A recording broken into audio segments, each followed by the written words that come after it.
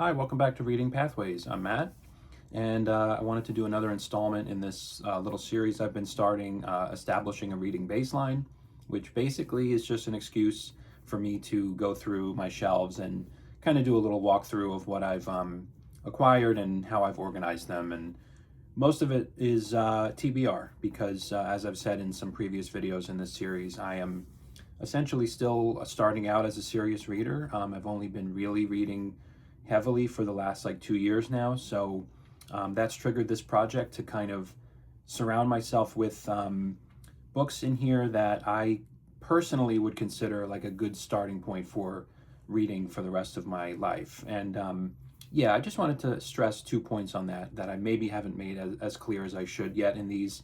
First of all, what makes up this project is basically 100% based off of what I can find out there in the wild when I go on book hauls and book hunts. Um, I really don't make it a point to buy any specific book like new or search out any specific book. I just enjoy kind of used book hunting and seeing what's out there. There's certainly thousands and thousands of titles that I'd be interested in that just didn't make their way into the series because I just haven't found them one way or the other. And the second caveat is I just want to be very clear that I'm not trying to say that this is a reading baseline or, use this guide if you want to establish a reading baseline for yourself. It is nothing of the sort. It is just strictly primarily tied to me personally. Um, it's just based on my whims and my interests as to what I think for me constitutes a reading baseline that I want to establish for my own reading. But in no way am I trying to say that this applies to anyone else. Although if anyone sees books they're interested in and goes ahead and gives them a chance, then that's all the better. So anyway, we've been going down the shelves on this bookshelf, which until you get to the very bottom is contemporary fiction, which I've loosely gathered and organized as sort of like post World War II fiction, post 1950. That's kind of the cutoff I've had for this bookshelf. So I'm up to this shelf here, and most of the shelf is trade paperbacks, except for the hardcovers on the very top that I did in the first video of this. So let's just take a look. Oh, I already pulled two off. These were stacked on top because I tend to use the top stacks here for either author stacks or like little series stacks or something like that. So this is the first two in the Neapolitan Quartet by Elena Ferrante. And this is My Brilliant Friend, the first book, which came out in 2012. And obviously the big selling point for this book in the last year or so has been that it was named #1 on New York Times list for best novels of the 21st century so far. And it placed relatively high as well on the readers list companion to that. So it seems pretty universal that this is a novel worth reading from the 21st century. I actually just learned recently that Elena Ferrante is a pseudonym, and that this author, I guess, is anonymous, and no one really knows the true identity. So that's an interesting wrinkle. But yeah, I've heard plenty of great things about this opening book specifically and the series as a whole. So when I did see the second book out there, book hunting, in a nice condition copy, I went for that as well. So this is The Story of a New Name, book 2 in the series, and quite a bit chunkier than the first book. This might be the longest one in the series. It's almost 500 pages. So I'm happy to at least have book 1 and 2 available for me when I get to those for the Neapolitan Quartet. And then the rest are just stacked in here, so we'll just try to start running through them. So this is The Chess Garden by Brooks Hansen. It's kind of anchoring the bookshelf all the way on the side because of its size. It's a really oversized, large trade paperback. I've seen this around a little bit. I might have seen one or two booktubers talk about it once or twice, but not too much on this. But I was drawn mainly by the title and some of the description on the back. It seems to be kind of a little bit of historical fiction, but also kind of fantasy, like weaved into that a little bit. And I mean, I like chess. I play chess casually, and I kind of follow the chess world a little bit as well, and always had a love for the game of chess. So to the extent that weaves in here, I'd be interested in that.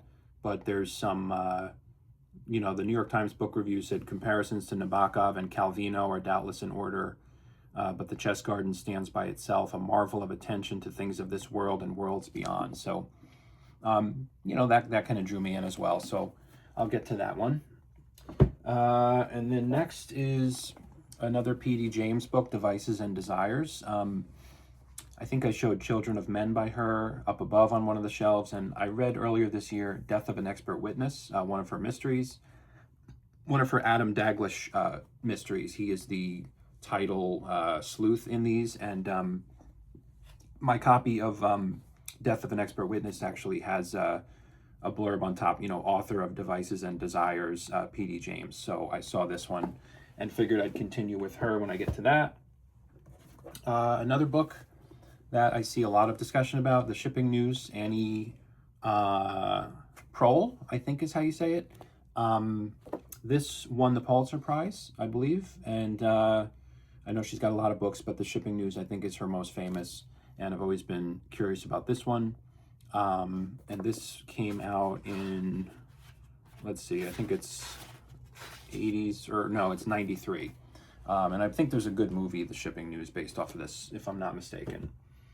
Next up is Carlos Ruiz Zafón with Shadow of the Wind. I didn't really know anything about this book until I sort of found it one day, and I think I was considering grabbing it and did a quick Google search, only to find out that this is like one of the best-selling books of all time or something like that, or one of the best-selling books of the 21st century maybe, but it might be part of a series. I think it's kind of mystery. It's set in Barcelona, I think. It might be a little bit in the it possibly might be a little bit in the tradition of like Name of the Rose by Umberto Eco or something like that. But it also has to do with books, I think. So yeah, I think I've seen a few people on BookTube talk about this. Actually, I think recently in one of his videos, Aaron Facer, I think, mentioned he either read this or was planning on reading the whole series, possibly. I have to go back and verify that, but yeah, I've definitely seen a lot of discussion about this book. I think a lot of people say it's not really worthy of being such a massive bestseller, but you know, that's kind of part of this project, is for me to figure that out for myself. So here is the next one, The Maniac, Benjamin Labatut, I think is how you say that. Kind of a postmodern-ish sort of book that I think kind of doesn't really follow traditional novelistic conventions as far as I'm aware. It's written in sort of, I mean, you can see like there's no line breaks or paragraph breaks on a lot of these pages, but then you get a lot of pages where it's like sort of small text and little blurbs and things like that. There's some photographs in here. This is pretty recent. This is from 2023, and it's got a lot of reviews out there. I'm pretty sure I first came to learn about this book from, there was a video that Ruben at To Readers It May Concern did a video a long time ago about maniacal books, I think. This was featured heavily on that, and he had some good things to say about it, so it's kind of been on my mind ever since then. And then next up, there's two books from Howard Norman. I believe he's a Canadian-based writer. So this I read this last year, The Bird Artist, and I really liked this. I really enjoyed this one. It's kind of set in a small community in Canada, and has to do with like sort of an artist who paints birds, but also gets involved in like a family drama and also a legal drama when the lighthouse keeper in the town may or may not have been having some relationship with his mother, and he didn't become, he wasn't too fond of that, so he took matters into his own hands. But this was a kind of a really unexpectedly funny at times book, but also definitely had a really punchy ending. And yeah, so I've kept this one on the shelf for a possible reread in the future. And then I saw another Howard Norman book out there at some point, and this one is The Museum Guard. And yeah, it kind of jumped right out at me. It's got the same sort of publication style as the other bird artist book, and so I liked the first book I read from Howard Norman, and so I would like to check out another one. Okay, next is Carlos Fuentes, The Hydra Head. This book doesn't really give you any description, and it's also not in the greatest condition. It's got some of that, like, whatever that term is, rusting or whatever that is on the side, which I normally would avoid possibly, but I've seen a lot of discussion about Carlos Fuentes and him being a must-read author sort of the Spanish-speaking world, and it was originally published in Spanish, translated in 1978. So it's a late 70s book from Carlos Fuentes, and he's a name that I've definitely wanted to check out at some point. This book, The Law of Dreams by Peter Behrens, as books start to collapse behind me.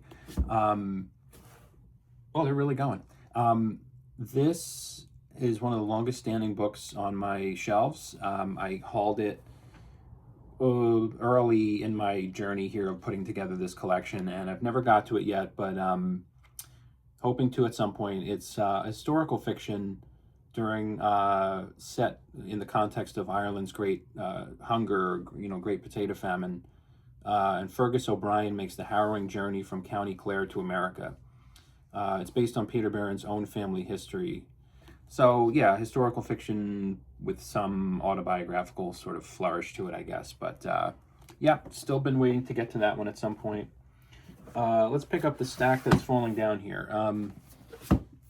So this is John Barth, and this is kind of a duo of the floating opera and the end of the world. So I think it's two short novels by John Barth put together in this volume. And yeah, I've heard a lot about John Barth. He's actually one of those that straddles the line, I think, a little bit between being appropriately organized on this sort of contemporary fiction shelf versus maybe more of a classic direction. His classic book I know is The Sotweed Factor, which I guess is like a massive chunker, like a fantastical historic revisionist retelling of the founding of America, I believe. But these might be, I don't know if these are earlier or later than The Sotweed Factor, but I know the floating opera is 1956 and the end of the road is 1958. So yeah, this kind of falls right on the border of almost, too early and maybe in the classic realm, but not quite. So I've kept it on this shelf to get to John Barth. This book, Preston Falls, David Gates. This was a random number generator find, which I still do occasionally if it's like a really cheap library sale or really cheap thrift store or something. Occasionally I'll just run the random number generator if there's enough of a decent looking selection, just to mix it up and to keep things coming into the reading Rolodex that aren't, determined by anything other than randomness. Sometimes I still like to do that. And yeah, I think in my BookTube newbie video ages ago, I highlighted this one as like a recent haul and an example of like random books that I find sometimes. And yeah, haven't read it yet. So that goes to show how I go about hauling books and then letting them sit there. But the random choice method for this project largely dictates. So next up is Zadie Smith, White Teeth, and I hear the most about White Teeth from her. I do have another one, Northwest, which I showed in a previous video, but White Teeth definitely seems to be the one most people talk about for Zadie Smith. I don't really know the context of it or the plot or anything, but one of the most talked about fictional debuts of recent years, White Teeth is a funny, generous, big-hearted novel adored by critics and readers alike, dealing with, among many other things, friendship, love, war, 3 cultures and 3 families over 3 generations. So yeah, I guess family saga, family generational saga, but I know she's got a lot of dark humor, I believe, in her books, so I'm interested to see what that's all about. All right, so 4 more have fallen over here, so let's see if I can, and then some more get going. So just some more fiction. Daniel Mason, The Piano Tuner, really just jumped out at me based on sort of whether there's a musical element to this, which I'm always a little bit extra interested in, It's, I guess, historical fiction. In 1886, a shy middle-aged piano tuner named Edgar Drake receives an unusual commission from the British War Office to travel to the remote jungles of northeast Burma and repair a rare piano belonging to an eccentric army surgeon who was proven mysteriously indispensable to the imperial design. So it seemed interesting, and I'm pretty sure I also did a Google of this at some point, and it came up on one of none other than Steve Donohue's book year-end book list. I think it was on his fiction best of list. So that was always a good sign when I see that. And then The Alchemist, Paulo Coelho. See this all over the place. I think it's one of the best-selling books maybe of all time or something. Kind of similar to that Shadow of the Wind book, honestly, where it's like a huge bestseller, but because of that fact, it seems there's a lot of polarizing opinions on this. But I've been interested in it, nonetheless, at some point to see what I make of it. And I have been seeing it talked about recently a little bit. I think I just a day or two ago saw a quick little review of this book from Dan, the Book Hunter. I'll link anybody that I mentioned here down below. But he, I think, read this and had a lot of great things to say about it. And also, reading is a skill. Did an in-depth kind of discussion of this video where he really, really propped it up as a great book and really worth reading. And I feel like the predominant opinion I hear about this lately is the opposite, that it's not.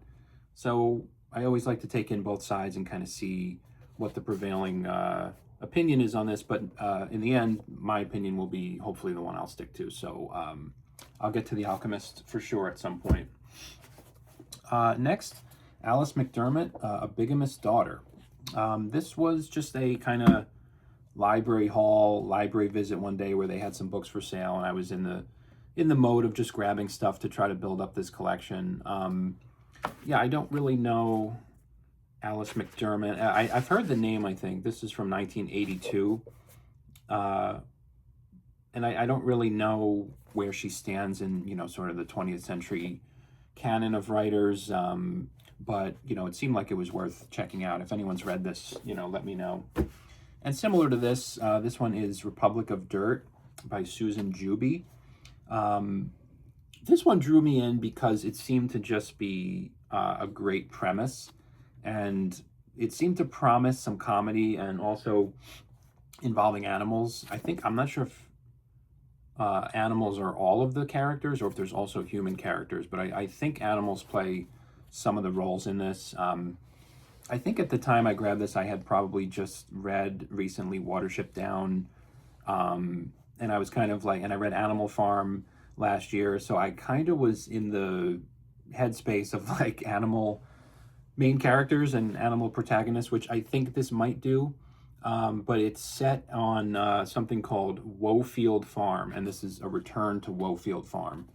And it's just got a lot of nice blurbs about the comic aspect of it, and I definitely like things animal related and also comedy related. So if you can mix those together as a good palate cleanser sometimes, that would be great.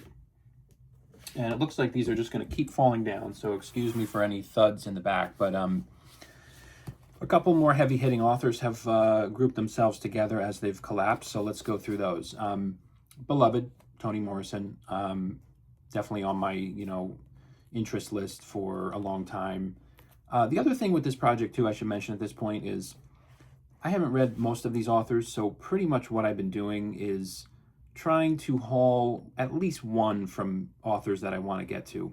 But I also kind of limit myself to that because I see a lot of Toni Morrison books out there. I see Sula, I see The Bluest Eye, pretty sure those are both her, and Beloved, and others too. I see them out there quite often, but except for a couple authors that I'm extra interested in or I've already read, I don't like to just gather book on top of book of an author before I've even read them. So I tend to try to cut it off at one, maybe two, for most authors I haven't read, and that's kind of the example of Toni Morrison. And Beloved seems to be the one that at least for me, I placed a little bit above the other two of personal interest to get to. So that's why that's the one on the shelf from her. And actually the same thing can be said for this one. This is Philip Roth, Portnoy's Complaint. I see a lot of Philip Roth books out there, but again, I haven't read him, so if I were to just start grabbing Philip Roth books at, cheap book sales and stuff like that, I'd be overflowing with them at this point, and that's not what I want to do. I want to have an entry point to these authors where I kind of give them a chance, give them a sample, and see how I respond to it before I dive further in. And that's the case for this book. I'm a big fan of A Confederacy of Dunces by John Kennedy Toole, which will show up on the next shelf here, I believe. And I remember when I first read A Confederacy of Dunces, I learned the joy of a really great comedic book and wanted to look into more. And I remember looking into that at the time, and without fail, Portnoy's Complaint by Philip Roth was universally mentioned in that discussion as, if you want a hilarious, 20th century comedic classic, then go for Portnoy's Complaint. Whether that ends up being the case for me, we'll see. But this is definitely the Philip Roth that I've been the most interested to read since that time. So I grabbed that one. And then two here from Gore Vidal. So one is Lincoln, and this is his historical fiction, but also, based on obviously the real character of Lincoln. I've heard pretty mixed things about it, but more often good than bad, I think. I read one Gore Vidal book late last year just on a whim, and it was one of his earliest novels from like the 40s, I think, In a Yellow Wood. And so I got a little intro to Gore Vidal's fiction, but this is much meatier than that, and later in his career when I think he was more at the height of his powers, I would say. So I've always heard pretty good things about Gore Vidal's Lincoln. And I'm interested in Lincoln too, as a figure, as everybody else is, I would imagine, who lives in America. So I have some other Lincoln-related books that I've collected, and be interested for his historical fiction take on that. And the other Gore Vidal, again, that I found kind of at a library sale one day was just this one, Live from Golgotha, The Gospel According to Gore Vidal. The Los Angeles Times Book Review says, Vidal at his satirical best, part Stern, part Burroughs. So I don't know. I've never heard this one discussed in the context of Gore Vidal. And I know that he's almost, if not more, known for his nonfiction than his fiction. And I'd like to get to some of his nonfiction at some point, but after I read one fiction book by him, I was kind of, had that entry point done, and I liked his writing enough to keep getting a few more. So Live from Golgotha, I think it's a satire on some sort of religious topic. Imagine that several 20th century TV networks are competing murderously for exclusive rights to televise the crucifixion. If that gives you a little idea of like what the satire might be in here. So it seems like it'll be interesting and maybe fall in the comedic spirit as well, according to some other ones. All right, and let's see. Yep, and the falling begins, but let's continue. So this one is Just a Couple of Days by Tony Vigorito. I read this early-ish last year. Actually, one of the earlier books I read last year when I really was finally getting back into reading seriously, and I thought it was really good. It was I've only read one Thomas Pynchon book, The Crying of Lot 49, but I feel like Tony Vigorito is a Thomas Pynchon maybe devotee or something, because this is kind of Pynchon-esque as far as I've experienced so far. There's like outlandish character names like Blip Quarterly, Dr. Flake Fountain, but the premise of this is basically that there's like this plague that's been biologically created, and it's supposed to remove your ability to communicate. This military group is creating this with good intentions to try to avoid warfare, but of course it gets out. It leaks, and it's almost like actually now that I think about it, with COVID-19 and everything, this was obviously written well before that, but that's kind of an interesting parallel to sort of experimenting with biological, not weapons, but biological diseases and plagues, and seeing if what might happen if they get out. And so that's where this goes from there. And yeah, I really enjoyed this. I thought that was a good read, and I've been on the lookout for more Tony Vigorito since then, but I don't know, he's a pretty obscure author. I haven't really seen much else. And flipping to a non-obscure author at all is Günter Grass, and this one is Crab Walk. I'm pretty sure, I think he's a Pulitzer Prize winner or maybe a Nobel Prize winner. I'm not exactly sure. Um, yeah, he won the Nobel Prize in 1999, and I think his most famous book is The Tin Drum, I'm pretty sure. He's a German author, and I guess this was translated. I think all his work is written in German and translated. Translated by Krishna Winston.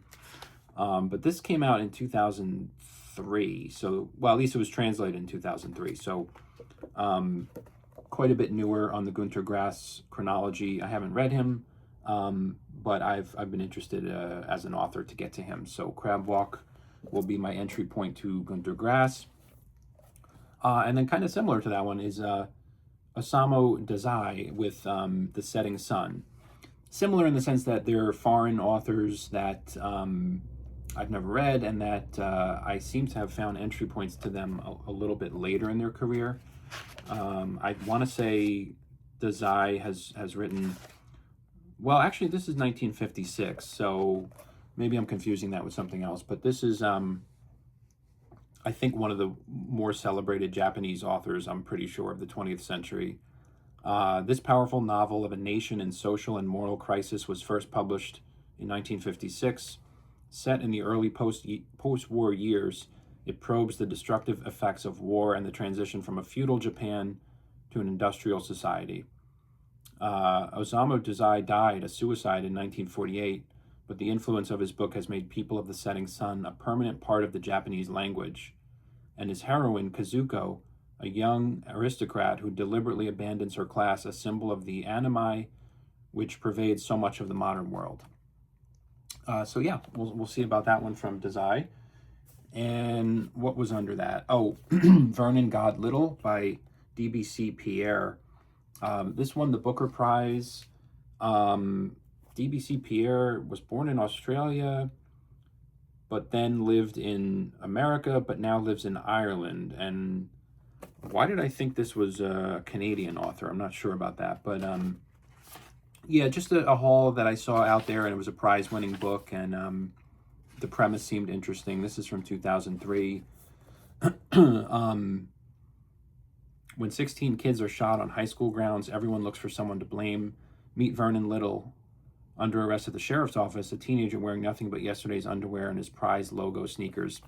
Yeah, I think this is sort of like, it's not YA, but I think it's a main character who's sort of a teenager and sort of I don't know, if there's maybe a Holden Caulfield type personality to him, but it won a lot of awards, and I've heard good things about it. So, and then let's see, this is John Gardner, Grendel. I had heard about this book, and so I grabbed it when I saw it. I think it's a retelling of Beowulf, or a portion of Beowulf, from the perspective of Grendel the monster, or maybe Grendel's mother. I forget exactly, but I really had only heard of this at the time I grabbed it, but then I've come to find out since then, John Gardner's sort of contributions to literature in the 20th century extend much beyond this, including nonfiction as well. So this will be my entry point for him. And again, this is one that straddles the line where it almost could be more on the classic shelf, but it's from 1971. So chronology-wise, it falls in the period I have here for this shelf, but I think this is sort of a bit of a classic at this point. So I'm definitely fascinated with that one. And then just a couple more here. So this one is An Instance of the Fingerpost by Ian Pierce. Funny quick story with this one is I had heard about it on Steve Donahue's channel, as I believe many people have at this point, possibly. He's sung the praises of this as a fantastic book. It's kind of a mystery, but set in the 17th century in England. So I had been on the lookout for this ever since I heard about it, and I found a chunky mass market paperback, and it was in decent shape, but it was so thick, and I said, I'll grab it. And I don't know if I'm going to physically be able to read this. It was just very difficult seeming. And then not long after that, at a different library, lo and behold, this nice trade paperback was sitting there for $1, and it was in perfect condition. It's from Vintage. It's got this cool, like, vintage little mysterious logo on it, which I actually have seen on a few other books too. I don't know if it's like a specific line of theirs or something, but yeah, Instance of the Fingerpost. I replaced a unwieldy brick of a mass market paperback with this much nicer floppy trade paperback of it, so that will be better to read from. All right, couple more, then we'll wrap it up. T.C. Boyle with World's End, winner of the PEN/Faulkner Award for American Fiction. He's named T. Corazon Boyle on this, but I think he goes by T.C. Boyle, I believe. Yeah, I grabbed this mostly just from the name of the author, an author that I've heard about and, kind of wanted to get to at some point. And this is in Penguin's contemporary American fiction line, it looks like, which I really haven't seen too many from that. So it was in good shape, and I went ahead and got this one to check out T.C. Boyle, and this is from 1987. So if you have thoughts on any of these, definitely please let me know. Maybe you can even sway me so far as to divert from the randomness and pick one of these intentionally. A couple more. So we have Our Endless Numbered Days by Claire Fuller. I will admit that I was drawn to this immediately for no reason other than the title, which is also the title of an album I love by Iron and Wine, who's sort of an acoustic folk artist, and it's called Our Endless Numbered Days. And there's a song on that album which is Passing Afternoon, which is one of my favorite songs, and it features the line Our Endless Numbered Days, where the album gets its title from. So that's a long-winded way of saying that's what drew me to this. But it won the 2015 Desmond Elliott Prize. Peggy Hillcoat is 8 years old when her survivalist father, James, takes her from their home in London to a remote hut in the woods and tells her that the rest of the world has been destroyed, and they make a life for themselves. So I was fascinated by that too, and I actually come to read some reviews and some critical takes on this, and it seems pretty universal that this book was really well received. So did a good job of drawing me in from the title and from the cover. But it actually seems there's something to this book from what I've seen, so I'm excited for that one.